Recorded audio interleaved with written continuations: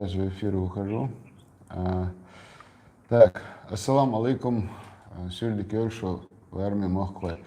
Добрый вечер, дорогие друзья. Это видео будет на русском языке. В конце я по традиции добавлю, конечно, и на чеченском языке, но пока видео будет на русском языке. Оно к нам обратилась на канал одна женщина, которая рассказала очень такую, я бы сказал, очень неприятную, удивительную историю, и я бы предпочел, чтобы она сама ее рассказала. Женщину зовут Луиза. Я предварительно настроил конференц-связь. Здесь только что мы их соединили, даже не успели поговорить. Здесь на связи Луиза. И на связи Магомед Саидов, наш друг, адвокат из Москвы.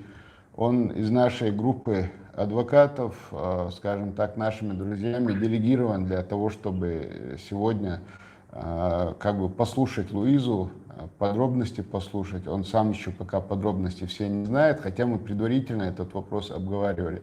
И он тоже скажет свое мнение. Мамад, ты на связи? Мамад. Так, сейчас, погоди. Так, сейчас. Все, говорите, Луиз. Так, сначала давай ты представься, ты и Магомед представитесь, и мы дальше уже будем слушать Луизу. Луиз, представьте, пожалуйста. Я Гелагаева Луиза Ахмедовна, проживаю в Грозном на данный момент. И жила почти с 91-го года, здесь нахожусь. Угу. Алло? Да. Алло? Да. Я хотела по поводу своей матери, своих двух братьев. Вы, наверное, в курсе уже, что вам Иса говорил? Нет, я пока не объяснял, Луиз. Мы только что вышли в эфир. Да. Я в двух словах буквально сейчас скажу. Хорошо. Луиза рассказала о том, что я и раньше знал эту историю.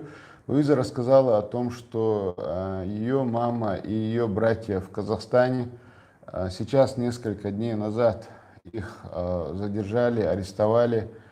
Один человек, который должен был их отцу, теперь уже покойному отцу, большую сумму денег, эти деньги не отдавал, но когда они попросили вернуть долг, Луиза рассказывает, что он их просто-напросто подставил. Давай, Луиз, ты расскажи. С самого начала, мама.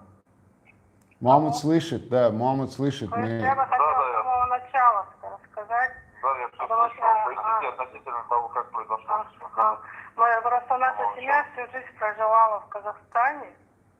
И сейчас они тоже на данный момент проживают, свои прописки у них есть. Они там и живут, и оттуда и сюда не приезжали. Здесь они не жили в одном. Я хотела бы сказать, вот где раньше, где мы проживали, там рядом с совхозом, у отца один занял деньги. Он сейчас депутат Астраханского района. Когда это было? Это было в 93-м году. Он на тот момент занял 20 миллионов старыми деньгами. Мой отец... По нынешнему курсу это сколько? Я вот сейчас точно не знаю по нынешнему курсу сколько, но вот эти старые деньги это были. А там как на тот момент тенге была введена. Вот точно я сейчас это не могу вам сказать. И он занял эти деньги. И вот сейчас он по истечению, если он умер в 2000 году. Отец умер. Да, умер, и уже столько лет прошло, и 25 лет прошло. Он всю жизнь у нас дома находился. Каждый день у нас, день и ночь у нас находился. То есть у вас дома находился друг отца, которому он дал деньги в долг. Да, я это почему говорю, потому что он отказывается говорить, что нас вообще не знает. Кто мы такие, что он их не видел никогда, что он с ними не знаком, я поэтому вам говорю это. Луиза, перебью, а он в 93 году кем он был? Он был директором совхоза. Нет, тот человек, который получил деньги. Да, он был директором, а мой отец был арендатором, он эту пшеницу сажал. Мама, то есть... Просто сказали, что Да, мама, то есть их отец, который уже умер в 2000 году, он был арендатором, он арендовал земли. А вот человек, который у него занял денег в свое время, он был директором совхоза и колхоза. Совхоза, да. а ваш отец, он арендовал земли у этого директора? Нет, это совсем о другом. Вы. То есть у них вместе... Это он вообще в другом вообще месте находился. Это рядом совхозы находились. А у них совместно финансово-хозяйственной деятельности не было никакой? Да, нет, не было, просто вот то, что он как бы типа друг был. А с какого периода еще? Прошу прощения, Это в 93-м году, 93-м. Я понял, а вы с какого времени там живете? Я живу с 91-го года здесь нахожусь, но периодично я туда ездила, естественно, до родителей. Не, родители давно там? Всю жизнь, 78-го года. Да. Мама, одну секунду. Зрители, подписчики, если хорошо слышно то, что они говорят, напишите, пожалуйста, дайте знать. Все, Бяхкумбил, мама, слушаем вас. И продолжать? Да, продолжайте. И вот он в это время, и вот в это время они вот попросили у него назад, чтобы он вернул долг. А вот, ну, это, они его практически и не видели. Они через сына. У него есть отель в Астане, свои общежития есть сейчас на данный момент. И они через сына, а он так с ними на связь не выходил, они звонили ему, он предупреждали, что деньги нужны будут. Потом они через сына нашли его и сказали, вот, что долг, чтобы отец вернул, если может.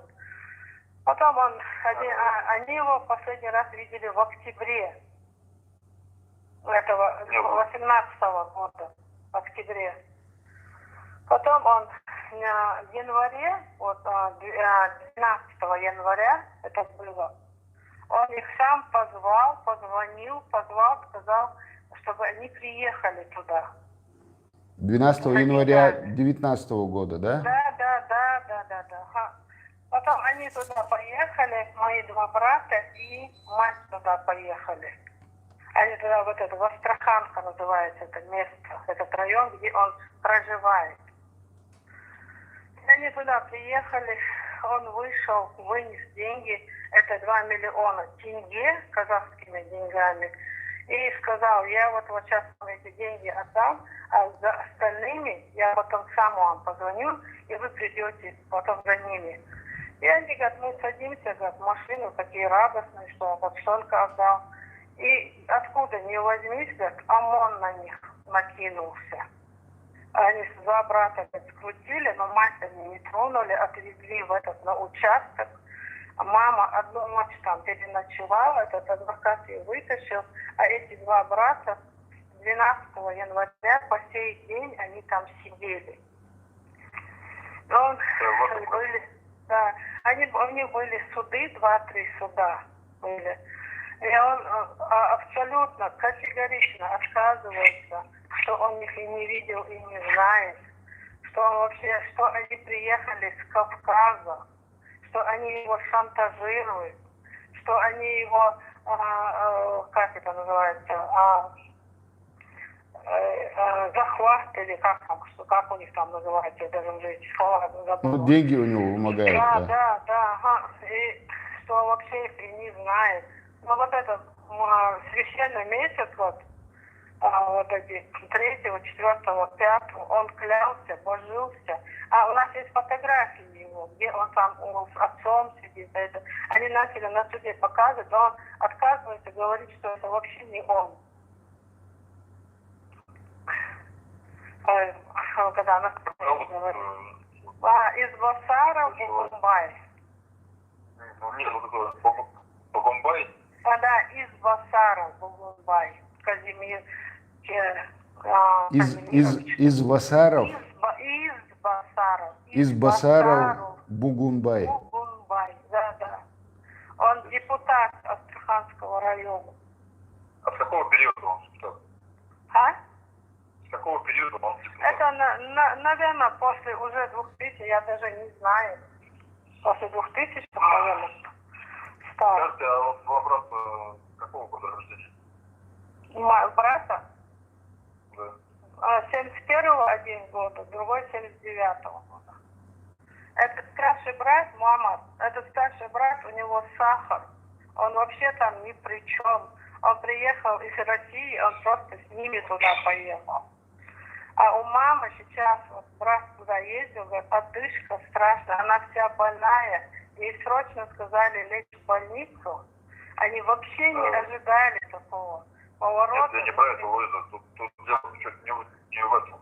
Какие болезни и так далее. Тут дело, просто мы о деле говорим, да, в этой части, поэтому давайте по существу. Вот здесь знам 2000 год, когда ваш отец умер, ваши братья, в принципе, они уже достаточно взрослые люди, 21 и 29 лет, да, соответственно. Да. То есть я потому что в тот период времени, еще в 93 году, соответственно, они тоже уже не маленькие, они в курсе всей ситуации о том, что имело место 12 лет отношений и так далее, правильно, между вашим папой и вот этим Багумбаем. Соответственно, а вот сын этого Багумбая, он какого года рождения? Ну, он примерно тоже где-то, может, они, в принципе, одногорские, грубо говоря, и 90 Да, где-то. Он чуть-чуть, наверное, и гуляли, и младше общались, его. и так далее. Да, а он на суде, его сын на суде сказал, что его спросили, вы этих людей знаете? Он сказал, да, я знаю, я к ним ездил, мы с этим муслимом, с моим братом, играли в компьютеры играли. Отец категорично отказывается, что он нас видит, не видел, знать не знает, а сын подтвердил. Да, шофер его подтвердил, который это уже забыл, точно не знаю я. Я что-то не думала, что это важно будет его имя запомнить, если надо. Для меня Понимаете, так, в итоге получается, что откуда деньги? Вот любой вопрос, в чем в данной ситуации получается, как бы ваши братья и маму обвинили в том, что они вымогали деньги. Да, вымогать. Вымогали именно чужое имущество, понимаете, да? Да. То есть с материалами дела, вы как вы-то лично не знакомились, но адвокат он после показывал, не показывал, что там за материалы и так далее. Они сделали там договор, если вам нужно, я могу переслать, они сюда пересылали. А я к тому, что следствие доводилась сторона защиты о том, что имели место быть долговое обязательство, и то, что вот Багумбай, человек хороший, он денежные не вернул. Всячески пытался как-то вот присвоить вот эти деньги У них были какие-то и расписки, мама, слышите?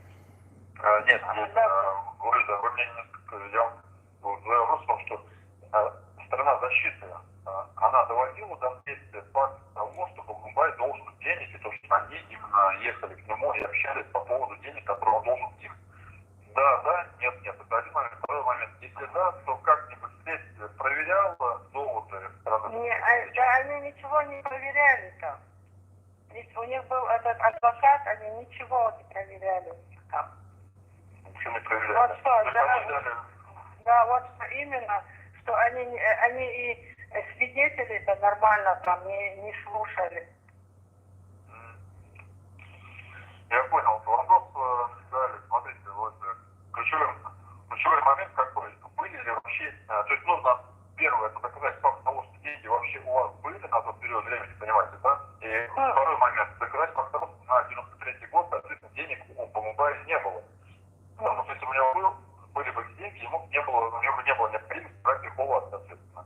То есть вопрос, вот эти деньги каким образом можно доказать, что они действительно в вашей семье были, и каким образом можно доказать, что действительно эти деньги вы передавали им, может, там, выписки по счетам, либо какая-то сделка была проведена по купле-продаже имущества. Эти деньги мама с братом ездили к нему до его бухгалтерши, они их отвезли туда. Они когда туда их отвезли, туда приехала его бухгалтерша как свидетель. Они передали ей их, мама лично передавала их. А она отказывается, говорит, что не видела, что она была в декретном отпуске на тот момент. Нет, еще раз, бухгалтер вашего отца передавал деньги? Нет, зачем? Его бухгалтер, его, этого Бугумбаева бухгалтера, они с ней отвезли эти деньги. Мама отвезла с братом. Да. И ей передали. А она сейчас на суде сказала, что она вообще не видела, что она была в декретном отпуске. Не, ну она может и трижды в декретном быть, тогда вот что-то не... Ну, что она не... Ну, конечно, не она... исключает факт того, что она была... Ну, она отказывается, конечно. Нет, Луиза, у меня чуть другой вопрос. У меня вопрос в том, что как эти деньги оказались у вас? Это ключевой момент.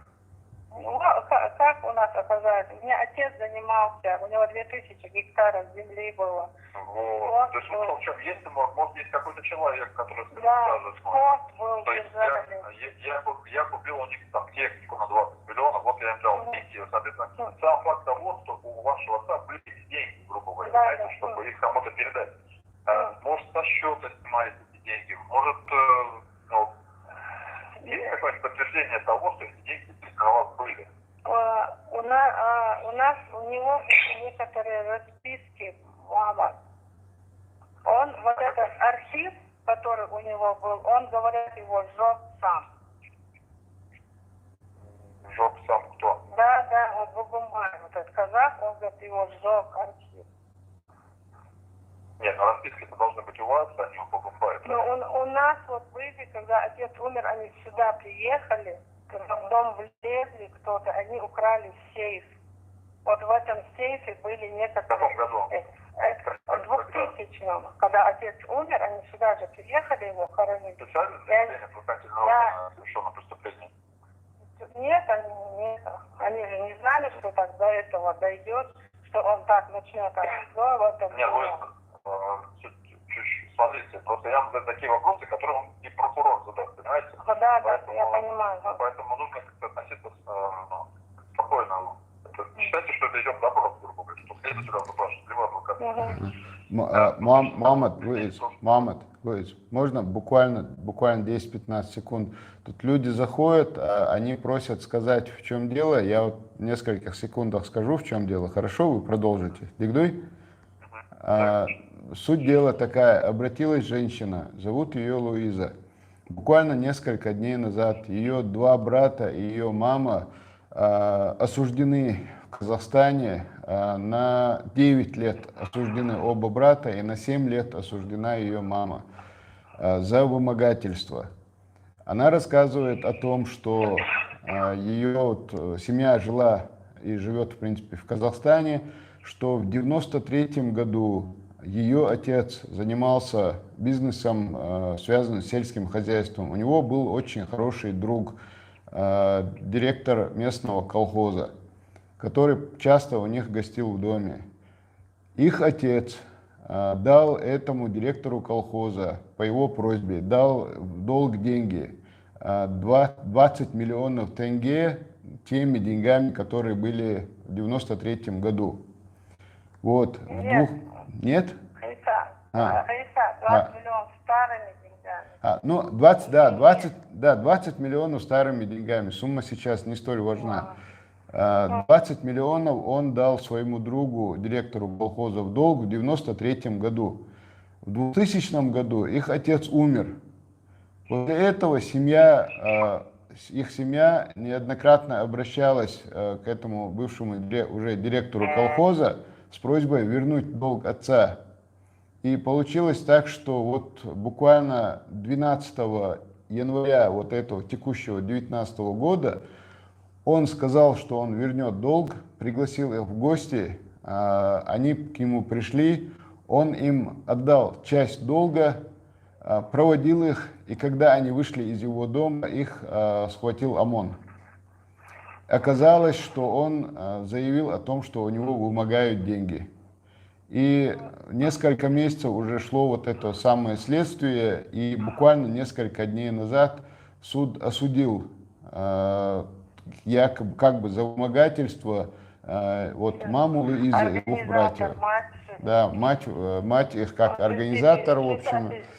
В общем, такая ситуация. Люди дали в долг человеку деньги, попросили обратно. Когда попросили деньги обратно, он на них подал за вымогательство, и вот 3 членов семьи посадили буквально несколько дней назад. И Луиза хочет это довести, попросить совета, и именно она попросила сделать об этом видео, рассказать об этом видео для того, чтобы как бы, довести это до общественности. Правильно, Луиз? Да. Все, мы вас слушаем. Мухаммад, извините, все, дальше вопросы задавайте, мы вас слушаем. Луиза, давайте опять чуть-чуть до 2000 года, соответственно, 93 год. На тот период времени вот эти 20 тысяч, вернее, 20 миллионов рублей, как мы можем доказать факт того, что эти деньги вообще были? То есть вы должны четко понять, что есть у нас либо преступление вымогательства, либо есть у нас действительно финансово-следственные отношения, из которых вот возникла вся эта ситуация, понимаете, да? Дали деньги в долг и возвращал и так далее. Соответственно, чтобы высказать вашу позицию, вам необходимо доказать именно факт того, что эти деньги вообще у вас были, понимаете, да, на 93-й год. И что на 93-й год у уважаемого, можно так сказать, Багумбая этих денег не было, понимаете, да? Вот в чем дело. То, что сейчас, вот в этот момент, там, приехали, уехали, вымогали, то есть нужно сначала докопаться именно с 93-го года в этой ситуации. Вот в чем дело. Здоровье, нездоровье и так далее, какого уже там последствия и тому подобное, понимаете. В этой связи вопрос, может, корректный, там, вы какого года рождения? Вот вы ваш старше 72-го. То есть вы, в принципе, в тот период времени, грубо говоря, 72-го, тоже владеете этой информацией. Да. О своем финансовом положении. 72-го, да, я просто здесь проживала, мама, на тот момент. С родителями общаетесь уже. Да, конечно, периодично туда ездила. Либо с братьями, мамой и так далее. То есть откуда были деньги? Может, то есть вы разговаривали с родными, откуда вообще у вас были эти деньги на тот период времени? Да, я же вам говорю, что отец занимался пшеницей. Да, у него было 2000 гектаров земли. У нас был скот, разведение скота было. А были у него, может, какие-нибудь крупные там покупатели и так далее, там, которые там оптом закупали, там, на большие? Ну там пшеницу они как там сдавали же ее. Ну, может, там они сдавали там, на какой-то завод или еще. Да, ну там ее обычно. Луиза, я не подбираюсь, чтобы вы понимали, просто нам необходимо показать факт того, что действительно там отец занимался достаточно крупным там сельскохозяйственным бизнесом на тот период времени, действительно он давал крупные партии там пшеницы и так далее, мясо, молоко и тому подобное, и что он получал за это крупные суммы денег. Понимаете, есть у нас, может, из тех, кто там жив и так далее, кто может подтвердить факт именно финансовых взаимоотношений с вашим отцом и то, что действительно они закупали на большие суммы денег, такие крупные. Вот, это первый момент. То есть таким вот образом, может, эти деньги как-то или наличными они аккумулировались в отца, либо там на счета, может, что маловероятно, конечно, но вдруг. Есть такие вот моменты? Я вот сейчас, мама, это не могу сказать, потому что там все казахи же проживали. Все.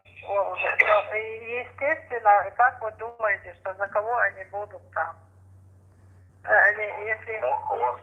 Если бухгалтерша отказывается, говорит, что не видела. Так, или никакой передачи денег. Бухгалтерша является она зависимым лицо от Багумбая. Она работает на него, ввиду того, что она боится там потерять работу и тому подобное, она будет давать в выгодном свете показания в пользу Багумбая. Мы с вами говорим о других людях, о контрагентах, о компаньонах вашего отца, соответственно.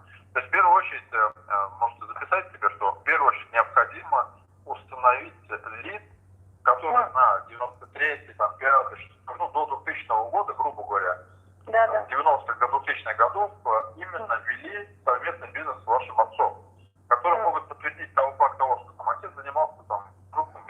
получал деньги, там, действительно, то есть, что он работал, В крестьянском хозяйстве. ну, в крестьянском хозяйстве, не суть, там, может, техникой он еще занимался, и так далее, что он действительно был человеком самостоятельным. Вот это первый момент, там, важный, как говорится, поставить задачу своему адвокату, и чтобы он в этом направлении работал, ну, с вашей помощью, соответственно. Второй момент. Необходимо найти упокоителя, так сказать, вот этого Багумбая, который, ну, можно сказать, может, врагов Багумбая и так далее, которые могут подтвердить факт того, что он в тот период времени, он действительно нуждался в деньгах, понимаете? Что у него на тот период денег не было, но в какой-то период, в 93-м году раз, и у него, как говорится, пошел взлет, понимаете, да? Что денег не было, а потом раз, и что там взлет пошел, то есть бизнес расширился. Чем он занимался? Он директором колхоза. Он директор на тот период, колхоза, директор совхоза. На тот период, да. как понимаете, уже после перестройки и так далее, он как бы частный собственник. Частный собственник являлся, я правильно понимаю? Ну, тогда еще не частным он был, это государственный был. Ладно, тогда да, куда ему нужно было, это огромная сумма денег, да, 20 миллионов даже, да. по нынешнему, то есть куда ему были необходимы, вот куда он ходил? Мама, он еще очень часто говорил, что ему нечего выплачивать эту зарплату людям. Вы должны понять, что если это на тот период вот эта контора государственная, то и государство несет обязательства перед рабочими и так далее. Если он берет эти деньги именно под личную ответственность, значит, у него какие-то личные инвестиции, и вряд ли он будет эти личные деньги, беря под расписки, вкладывать там на выплату заработной платы госработникам. То есть есть информация о том, для чего он брал именно эту крупную сумму денег? Ну, сейчас я здесь нахожусь, они там сидят на данный момент. Вот что я знаю точно, я же практически здесь проживала, со своей семьей здесь находилась. Вот они вот часто, я говорю, обращался, но мы же не думали, что так будет. Если бы я знала, что он так сделает, я бы начала у них спрашивать, интересоваться. Он с нашего дома не вылазил, мы же об этом не думали, никто не думал. Луис, Мамад, можно я тоже скажу, Луис? То, что Мамад говорит, ситуация там какая, ты и говоришь больше на уровне эмоций, Луис. На суде в юридической практике там вопросы эмоций вот это, ну, никак, по-моему, не проходят. Правильно, Мамад? Да, Магомед объясняет, что надо изначально все делать, надо сначала доказать, во-первых, что у вашего отца эти деньги были. Надо доказать, что у этого Багумбая и у вашего отца были отношения, знакомства, в том числе дружеские, что у них какие-то деловые отношения были. Потом надо доказать, найти какие-то там источники, что ему эти деньги были нужны в тот момент. И вот после этого у него ситуация изменилась. То есть это очень скрупулезная, очень большая работа. Тут эмоции как бы не работают, а тут нужна очень большая, очень серьезная работа. И Мамад буквально пошагово, как по лестнице, вот это все по самого начала перечисляет и приводит. И Дугунцу. Это очень важно, то, что он говорит. Поэтому я понимаю, мы понимаем, что у тебя сейчас нет ответа на многие вопросы, но ты же спрашивала, что делать нужно. И Мамад вот буквально по пунктам объясняет на самом деле, что нужно делать. Правильно я тебя понимаю, Мамад? Да, конечно. Просто вот эти моменты, на самом деле, надо было на стадии следствия через своего защитника максимально прямо через те уже ветви власти и так далее продавливать. Но покуда мы имеем то, что имеем, я понимаю, что вы ответов на эти вопросы, соответственно, не знаете. Но тем не менее, я вам примерно даю ориентир, на то вы должны донести, если ваш представитель в виде защитника, там, по крайней мере, как минимум 3 у вас должно быть, если они не обладают этой компетенцией, вы должны до них донести пошагово, что, дорогие мои друзья, товарищи, нужно сделать 1, 2, 3, 4 и 5, как минимум. Понимаете, да? То есть это не то, что вы не должны занимать сейчас позицию там, оправдывания и так далее. То есть вам обвиняют и пытаются не выставлять. Я просто пошагово объясняю, как Иса пояснил, алгоритм действий в данной конкретной ситуации.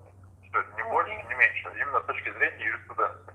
Вот поэтому как воспринимать мои слова критично и так далее. Вот. Соответственно, если вы не знаете ответа на вопрос, куда он инвестировал деньги, соответственно, вы должны поставить эту задачу своим нанятым в Казахстане защитникам, чтобы они выяснили, пускай опрашивают,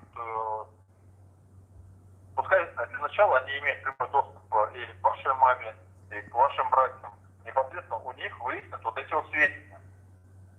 То есть они являются такими защитниками, они имеют возможность доступа в СИЗО и так далее. Они должны пошагово все вот это вот у них выяснить.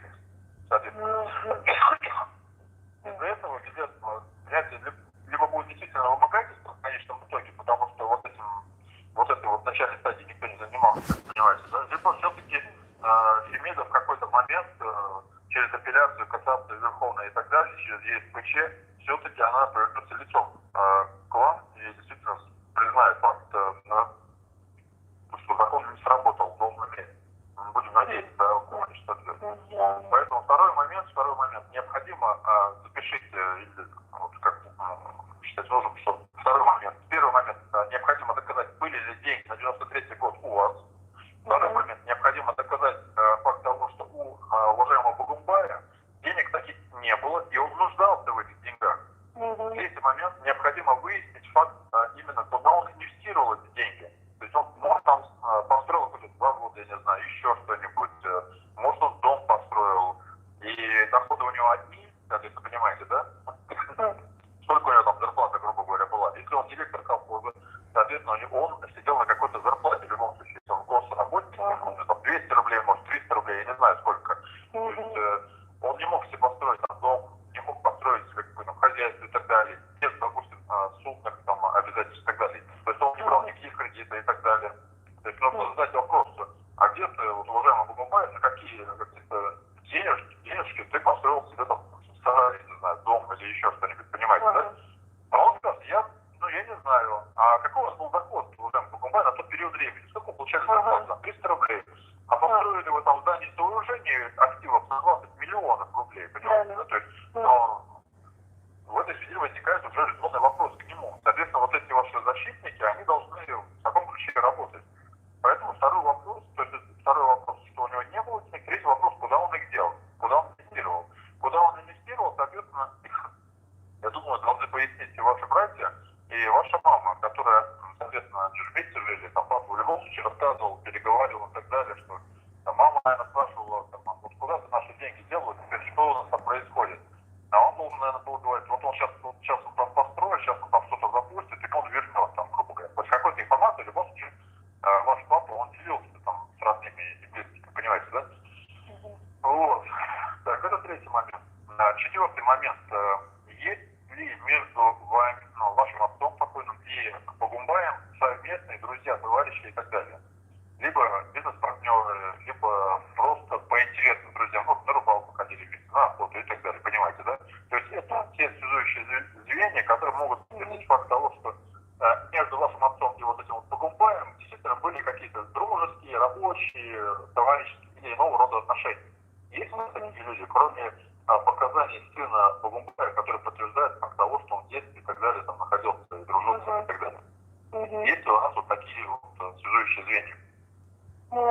Есть, которые вот проживали в колхозе, они, вот эти люди, могут там подтвердить, что они вместе и дружили, и вместе ездили на эту самую же рыбалку, как вы говорите.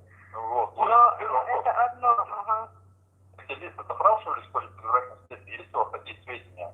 Ваша защита ходатайствовала, там, просила, чтобы вы допросили и так далее. Вообще не допрашивали? Нет, вот именно, что я из-за этого и обратилась, что там суд был. Этот адвокат вообще сам в шоке был. От что они вынесли этот приговор. Он и сам не ожидал такого. Нет, они допрашивались вот эти лица, я имею в виду вот эти. Да нет, вот именно вот. Его сын допрашивался. И вот этот шофер, вот этот бухгалтершу они туда привели, Несколько этих. Больше не допрашивали. Соответственно, смотрите, вызов. 4-й пункт. Установить всех именно из общего круга лиц, которые могут подтвердить факт того, что... То есть вы должны понять, что вот именно вот эти лица, которые там 90-х годов, с какого времени они вообще знакомы с этим Богумбаем? Есть песня? Ну, И как они познакомились? отец вел свое хозяйство, наверное, вот так и познакомились, я-то не знаю. Соответственно, смотрите, по-любому есть еще люди, которые занимались такими же хозяйствами и так далее, там, в соседних районах и так далее, они обычно, у них один и тот же круг, понимаете, да, там, в одном районе у вашего отца хозяйство, у этого, в другом районе, третьего там, и у них есть там общая ассоциация хозяйств и так далее, да, может, они друг друга знают, соответственно, понимаете, да? В четвертый момент нужно установить всех вот этих вот лиц. То есть на тот период времени, там, 90-х годов, которые действительно подтвердят, они даже общими вопросами по-любому делились, и в том числе и по деньгам. В любом случае, я здесь уверен, что Богумбай не к первому обратился. Я одну вещь скажу. Этот эфир сделан специально для того, чтобы озвучить то, что они там рассказывают. Для этого специально этот эфир сделан. Поэтому я специально их слушаю. Мама, да, говорите. Мама, можно я встряну, один вопрос задам? Я понимаю, что ты к нему аккуратно, там, пошагово идешь. У меня терпения не хватает, честно говоря. Дегдуй? Вот этот расписка, была ли расписка о получении этих денег, и если была ли она нотариально заверена где-то, вот этот вопрос. Тоже мы его обговаривали, мне его не терпится просто задать. Луис. Были частичные расписки. Как я вам говорила, что украли этот сейф, и эти расписки там находились. Но не на всю сумму у них была. Они, наверное, им не нужны были эти расписки, если они такие друзья. Они, наверное, не думали, что так все получится. Вы расписки эти видели сами? Вы сами видели эти расписки? Нет, конечно, не видела.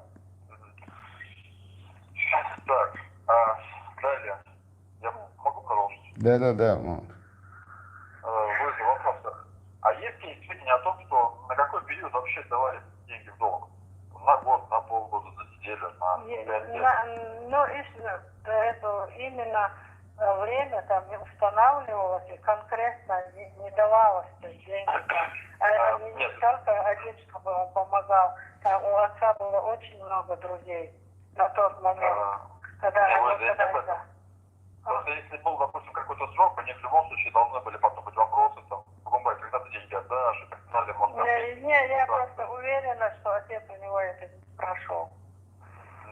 То есть вы не знаете, видимо. Да, я не знаю, не могу сейчас утверждать. То есть, соответственно, Луис, вот это следующий пункт, ваши защитники должны выяснить у ваших родных, которые непосредственно проживали с отцом, о том, что на какой срок предоставлялся займ, на каких условиях, и были ли, может, ссоры там дома были, понимаете, да, то есть, может, отец домой приходил, там, возмущенный, там, вот деньги не отдает, такой нехороший человек и так далее. Понимаете, все вот эти нюансы, они, то есть, может, он с кем-то там разговаривал, но вот именно сетовал, жаловался, с кем-то находился дома и так далее, что, то есть, вот это вот формально дополнительное доказательство того, что действительно вот эти ситуации были.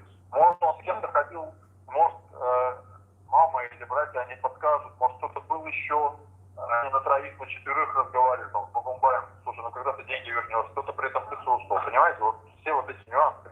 Нужно все вспоминать, понимаю, что это было очень давно и так далее, но это нужно все вспоминать. Вы это вспомнить не можете, потому что там не было, но вот, мама, соответственно, и братья, они, я думаю, могут в этой части помочь. Соответственно, далее, давайте ближе к 2000 Давайте ближе уже к 2000 годам. Вы поясняете о том, что в 2000 году украли имущество, выкрали сейф и так далее. Да. Обращались по этому поводу в правоохранительные органы кто-нибудь? Да нет, вряд ли. Вот это, где мы жили, где мы жили, вот этот совхоз, вот эти года, когда было перестроечное время, они как бы оттуда все повыезжали, кто куда мог уехать. И там вот то, что из-за земли мой отец там остался. Там очень Смотрите, мало, вот эти никуда не там приехали. очень мало осталось людей. Там не было ни газа, ни воды. Полностью перекрыли они свет. Вот это, когда вот этот пришел в этот Назарбаев в это время. Там очень много вот этих колхозов насчет этого пострадало. А еще перебил Луиза, но, понимаете, мы чуть немножко не о том сейчас. Вопрос, вот когда эти расписки писались, кто-нибудь присутствовал? Есть информация о том, что Вот, кто-то писали? вот я вот слышала вот частично вот моего старшего брата, который с ним работал, у него есть некоторые там расписки. В наличии? Да. И он туда его вызывали. А старший брат где проживает? Да, он В в Казахстане с ними проживает. Они его вызвали в суд, и он типа даже ему там угрожал. А у него на руках расписки, что ли, есть? 90-х годов или что? Есть, но не все, конечно, есть некоторые расписки. Ну, надо, значит, там в интернет выкинуть, я не знаю, в YouTube, в Instagram и так далее. Смотреть это все, чтобы максимальное количество людей, чтобы, знаете, бумажку можно убрать, а интернет уже Она никто выглядит. ничего не укажет. Так, а в 2000 году, вот вам, сказать, Багамбай украл. А почему вот вы решили, что именно он украл? Ну, его люди и так далее. Что украл? Ты, что ли? Да. Да нет, я не говорю, что это он украл. Ну, вначале после эфира вы сказали, что у нас украли. Да нет, это посторонние люди, они бросили дом, уехали оттуда. Может, там какие-то посторонние люди. Я вам не говорила, что Багамбай сейф украл. Я понял. Есть расписки были у нас якобы в сейфе, правильно? Ну да. Там не все мама там были расписки. Ну, даже без разницы, хоть одна расписка была, не была. Если есть хоть какая-то расписка вообще у брата старшего, уже так утверждает то, что действительно Багамбай брал деньги. Он же вообще говорит, что ничего не брал. Он говорит, что вообще нас не знает. Вот вы, понимаете, должны доказать именно обратное, соответственно. Должны доказать обратное. Вот именно пошагово доказать обратное. Соответственно, если эти... Там мне сейчас звонит. Так, по сейфу есть у нас какие-нибудь сведения, может, кто-то соседи и так далее, которые могут подтвердить факт именно хищения? То, что к вам в дом залезли и украли имущество. Мама там никаких не будет свидетелей. Я опять повторяю, что там людей практически в этом совхозе и не проживало. Я понял, давайте дальше тогда. В Да, 2000 году, да, что отец умер у вас, с какого периода начался вопрос о возвращении долга? Вот они начали в 18 году. Начали Так, за это долг говорить. Смотрите, вы просто любой здравомыслящий человек скажет, а вот как бы в 2000 году отец умер, так, прошло 18 лет, почему 18 лет ждали? Понимаете, это здравый вопрос, на самом деле. Ну, конечно.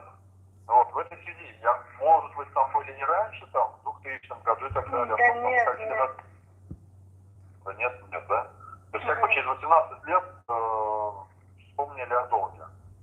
Если честно сказать, у них очень плохое положение было.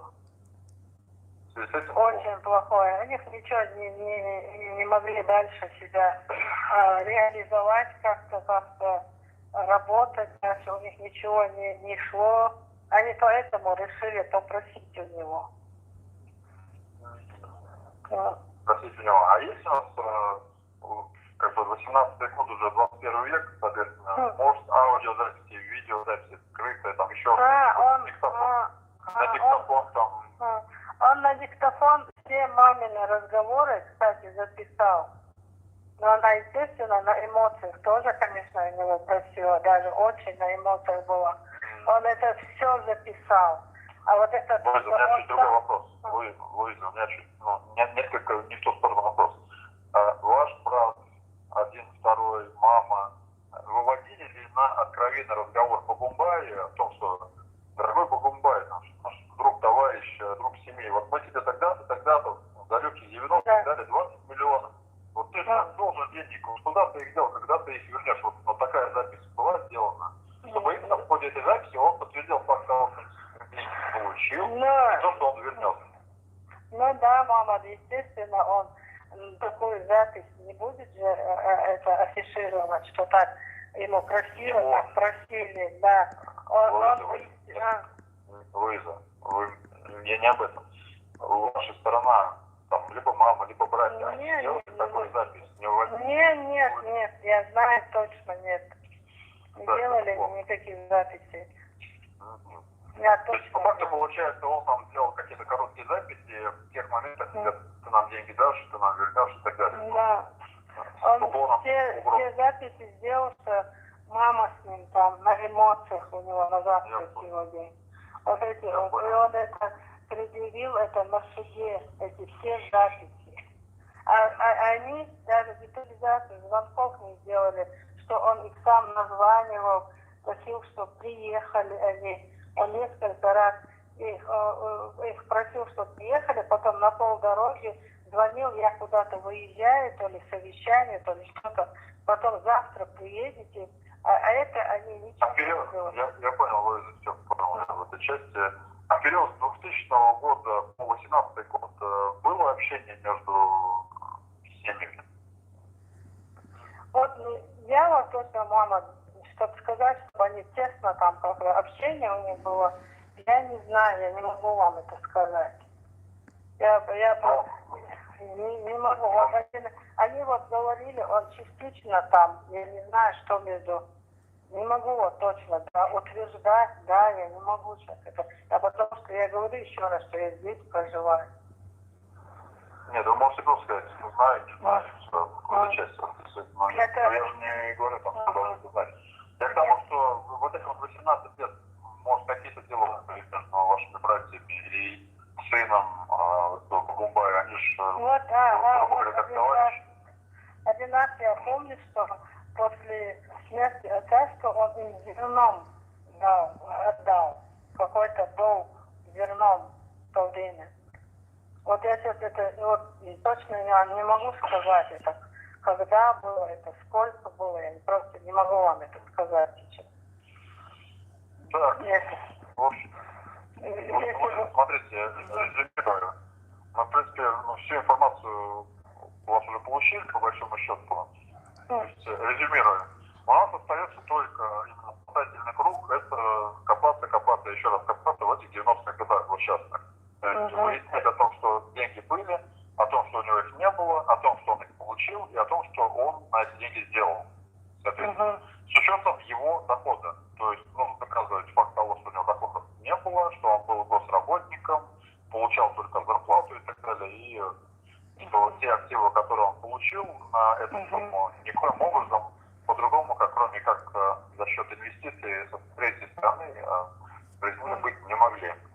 Потому что у нас расписок по факту нету, хотя есть расписка, кстати, где эта расписка, нужно с ней разбираться. То есть, и еще один момент, смотрите, здесь лучше бы написать, соответственно, несколько заявлений в правоохранительные органы, чтобы параллельно шла проверка. Это за видом Росбанос обратиться. То есть по факту получается, что Погумбай обвинил ваших родных о том, что они совершают в отношении него тяжкое либо особо тяжкое преступление. Это карается тоже уголовным законом. Необходимо параллельно обратиться с заявлением в эти части. Не вымогательство, помогательство. Он сказал, что вымогательством занимается. Да. А вы должны, соответственно, обратиться с заявлением, потому что там Погумбай нехороший человек, он взял деньги, не вернул, и дабы их не вернуть, обратился в отношении нас с заявлением о якобы совершаемом нами в отношении его преступлении. Вот. Чтобы в рамках хотя бы вот этого заявления можно было предоставить своих свидетелей, понимаете? Чтобы их опрашивали и так далее. Чтобы в рамках вот этого части там следственной проверки были проверены ваши доводы. Просто у нас как бы есть судебное решение, но, видите, там уже тяжеловато будет. Это один момент. Второй момент, Александр Замов. Алло, Мамед. Алло. Мамед. Алло, Мамед. Так, у нас Мамед что-то пропал. Мамед. Луиз, ты здесь? Конечно. Мама, ты здесь? Да. Ага, тебя что-то не слышно было. Я здесь. Сейчас слышно, говори. Слышно? Да, сейчас слышно. Второе, целесообразно было бы написать еще второе заявление о том, что именно он, вряд ли его там будут рассматривать, но тем не менее, именно часть того, что привлечь уголовную ответственность Бугумбая за мошеннические действия в особо крупном размере, и именно отразить то, что он намеренно, по факту и получается так, что он взял деньги, не вернул, а теперь вот таким образом пытался покрыть всю эту ситуацию, что он мошенническим способом похитил принадлежащий вашей семье денежный состав в такой-то сумме. Вот это второе заявление, соответственно. И параллельно остается только писать апелляцию в срочном порядке, приводить все эти доводы, о которых мы с вами поговорили. Дальше кассация, дальше ЕСПЧ, но все остается вот в таком вот формальном ключе. Больше вариантов. И, соответственно, четвертый вид власти никто не отменял.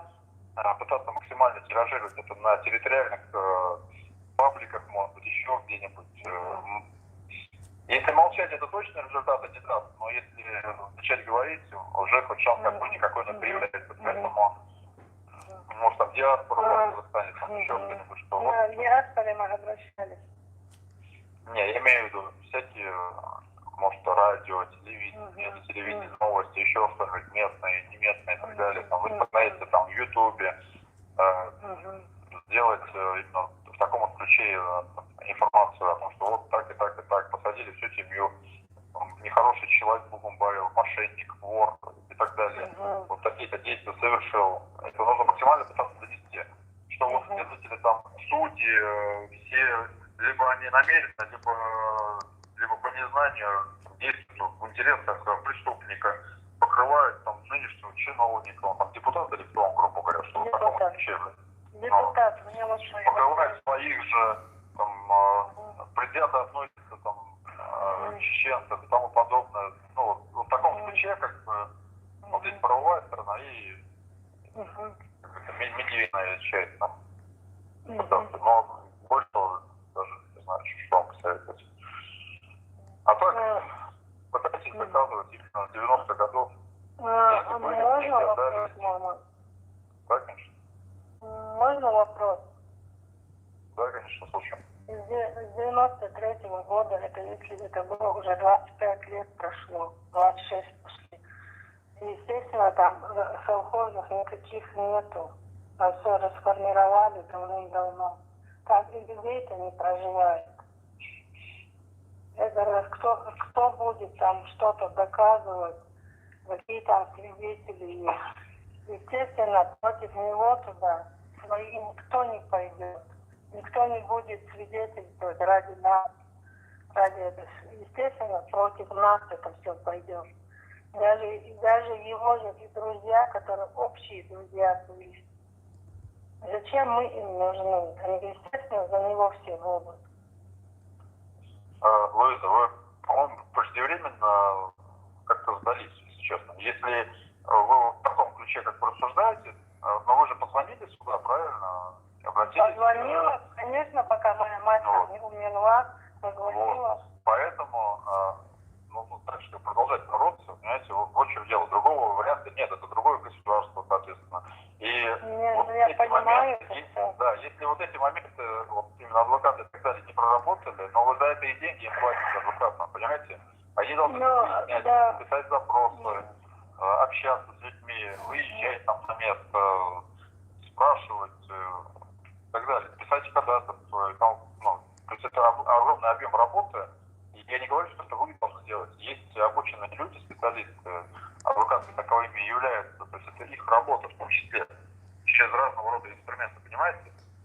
Но вы немножко должны понять, что если вы ничего делать не будете, точно ничего не изменится. Нет, мы-то будем что-то делать. Я просто обратилась, и все просто от безысходности, чтобы сделать. Неужели 3 человека посадили без вины, виноваты?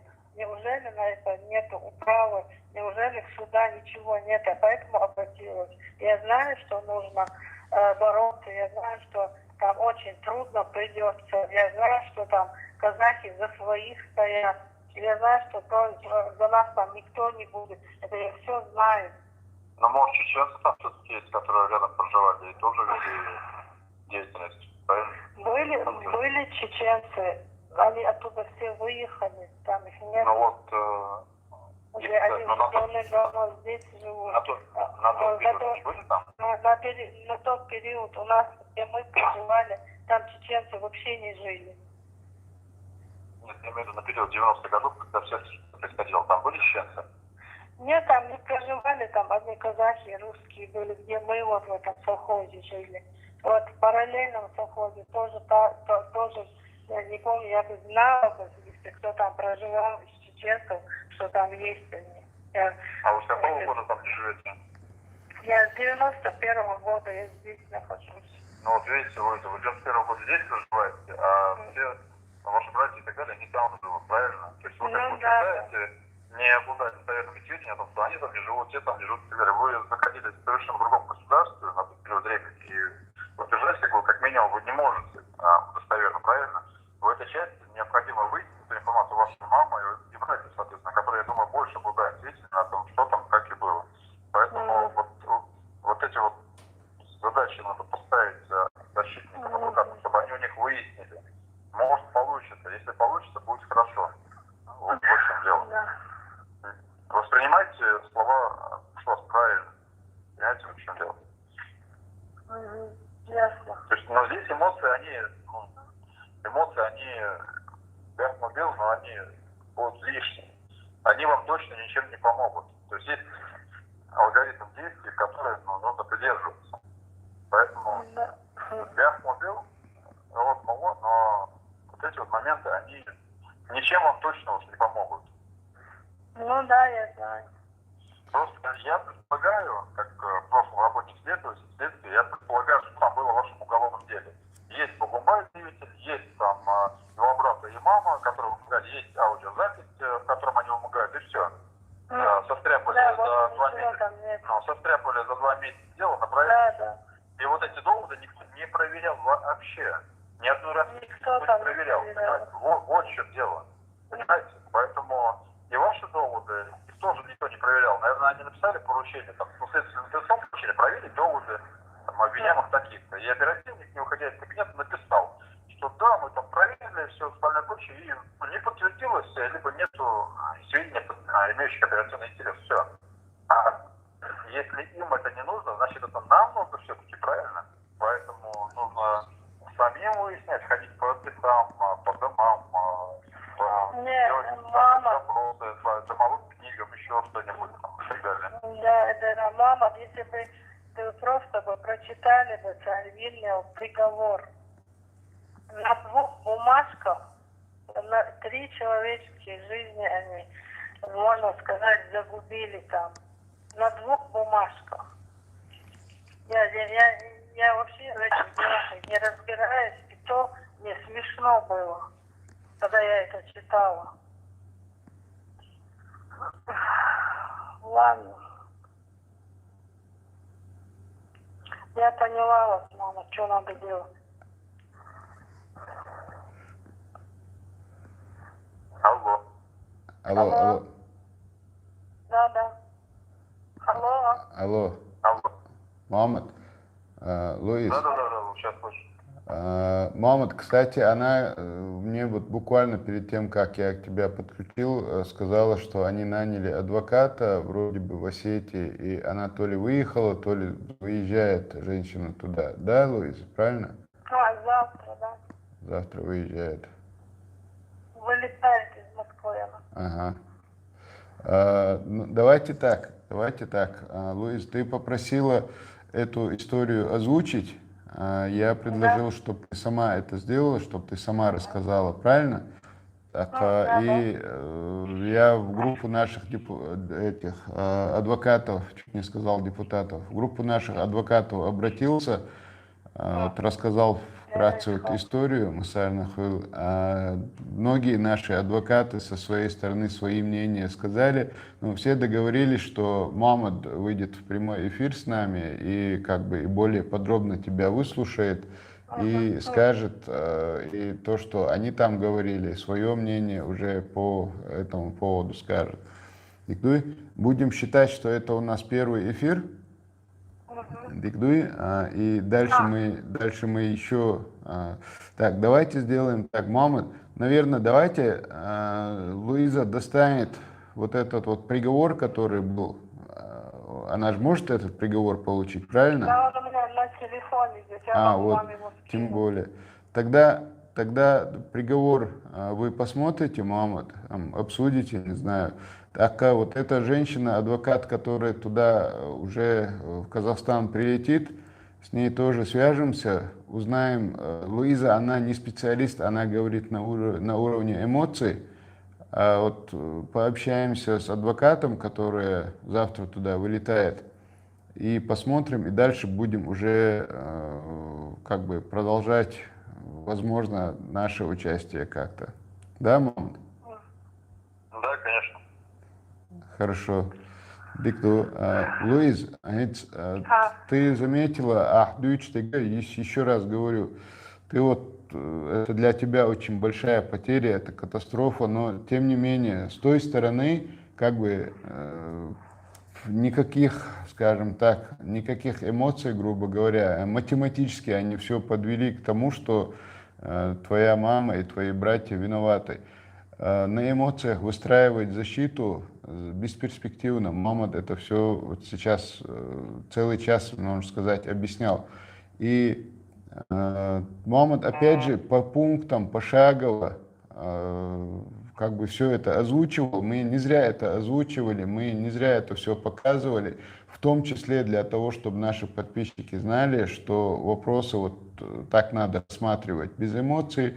И вот буквально начиная с самого начала, изначально, даже не с момента, когда он ему дал денег, а Мамад начал с того, были у вас деньги, где есть доказательства, что у вас были деньги, где доказательства, что он нуждался в деньгах, нужны доказательства, что он эти деньги куда-то использовал. То есть по каждому пункту пошагово Мамад все объяснял, что надо делать, как бы по лестнице практически проходить.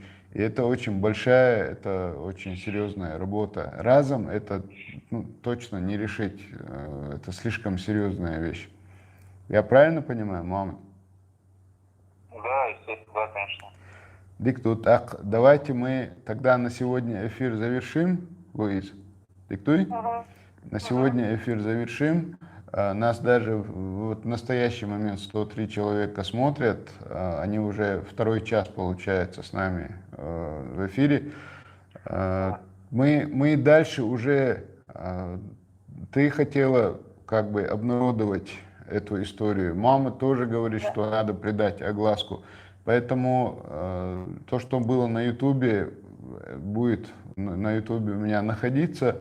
Мы и дальше уже на основе того документа, который ты дашь, приговор, мы на основе этого уже какую-то печатную информацию и для Инстаграма, для средств массовой информации что-нибудь тоже подготовим, и дальше будем этот вопрос продвигать. Диктуй, Луис? Да, диктуй.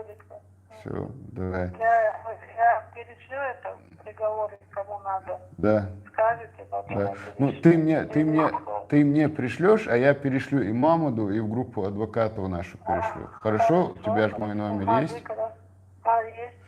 Все, диктуй. Что-то я там на эмоциях говорила. Не за что тебя прощать. Подписчики еще около 100 человек. Прежде чем отключиться, можешь, не знаю, поблагодарить за внимание, сказать. Конечно. Аминь. Мама, ты хочешь что-нибудь сказать? Да, то был. Аминь.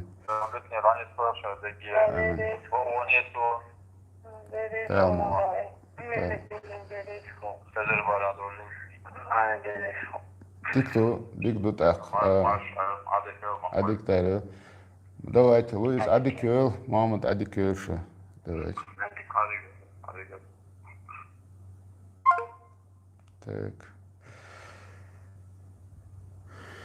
Так, я отключил.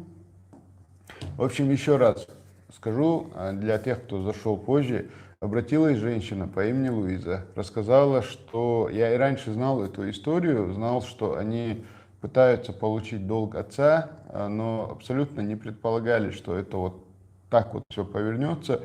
Сейчас она вот буквально несколько дней назад рассказала о том, что ее мать и ее два брата, их осудили.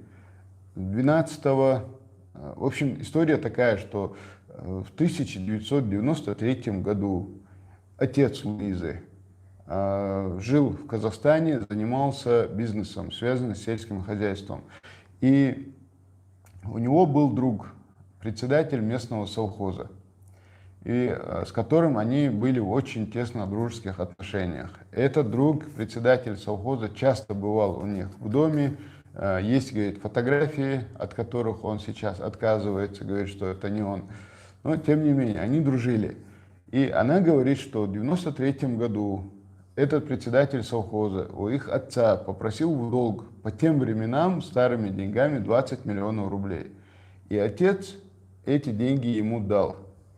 Дал там какие-то части, скажем так, дал эти деньги частями. Частично, говорит, были расписки, частично не было расписок, потому что они были близкими друзьями, и о том, что нужны будут какие-то расписки так, официальные с нотариусом, никто как-то не задумывался. Вот. Но получилось так, что до 2000 года этот долг человек не вернул, а в 2000 году отец их умер. И вот с тех пор долг он не возвращал. В 2018 они уже более серьезнее взялись для того, чтобы попросить долг свой обратно.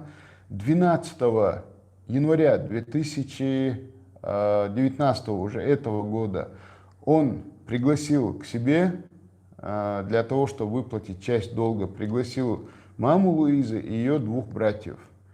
И они пришли к нему в дом, поговорили, он им выплатил часть долга, они с этими деньгами вышли оттуда, и когда они вышли из его дома, их схватил ОМОН, сотрудники правоохранительных органов ОМОН. Их схватили с 12 января 2019 года. По настоящий момент они находились в СИЗО. Вот буквально несколько дней назад, как раз когда у нас, по-моему, был праздник Ураза Байрам, там был суд, и их приговорили к длительным срокам заключения. Двоих братьев 71 и 73 годов рождения, если не ошибаюсь, их приговорили к 9 годам лишения свободы за вымогательство. И их маму, пожилую женщину, приговорили к 7 годам лишения свободы. Вот. Человек, который взял у их отца в долг, который долго этот долг не отдавал, тут вдруг сказал, что он часть долга отдаст, передал эти деньги, а перед этим заявил в полицию, что они вымогают у него деньги, и их просто-напросто посадил. Вот такая вот ситуация. И мы в прямом эфире сводили по просьбе самой Луизы. Она попросила сделать про это видео, она попросила придать этому огласку. И неоднократно уже просила, честно говоря, я просто не был к этому готов в эти дни. И вот по ее просьбе мы сделали это видео.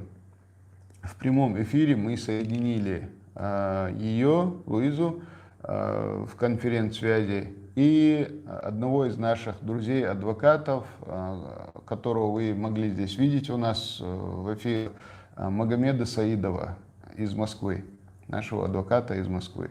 Вот они в течение часа, он выслушивал ее, объяснял и как бы это обсуждали. Вот такая вот ситуация. У нас уже идет практически 70 минут эфира. Я эфир быстро завершу. Наверное, всем уже надоело.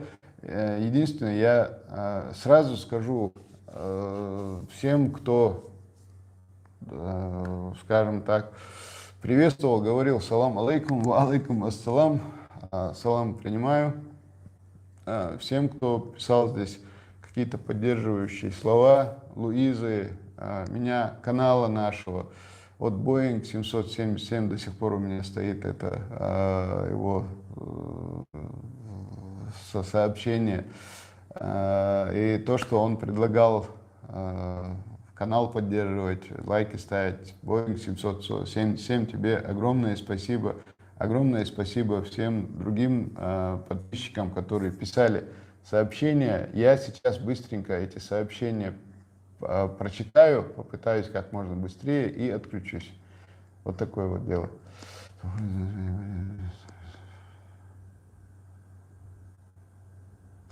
Все, Boeing 777, про совхоз Родина понял, Дейрейс Хил. Так, Махачкала 2018. Иса старый. Так, Махачкала, что я должен помнить? Ну да, была фотография такая. Так, это вот, так. Ну и группа депутатов. Так, суббота она лодердует. Так, это я не знаю. Так. Так.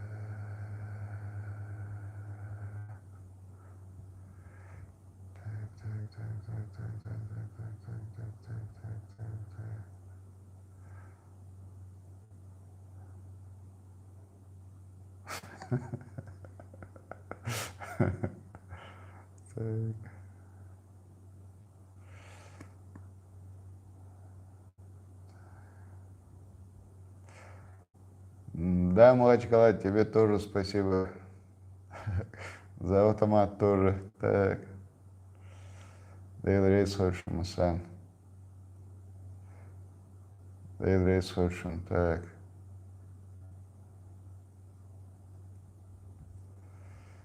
Так.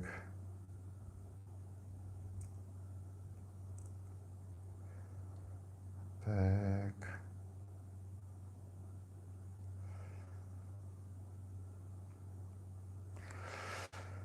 Так. Нужна помощь. 602 37 77.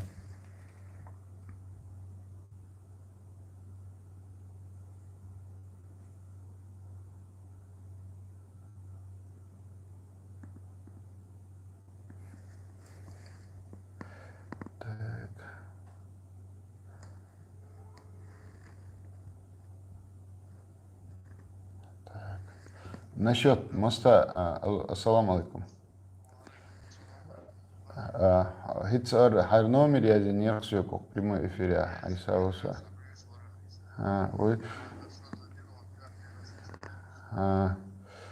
Собольдя так. Маме дуё? Ага, я сейчас так прямой эфир закрою, не отключайся, так, бескороче. Дигдуй. Ага, все. Дейрейс Мастахул, не отключайся. Насчет моста в Черноречии я неоднократно обращался. Финансирование его шлях штубахи. Я неоднократно снова и снова обращался. Говорят, стоит из-за того, что нет финансирования именно на этот мост. Я как бы вопросы эти все не могу решать. Так, посмотрим. Все. Я отключаюсь уже 1:15. Время мне еще ехать надо. Да, это больше. Адика Йоэл, мы дальше будем продолжать и наблюдать за этим делом. Адика Йоэл.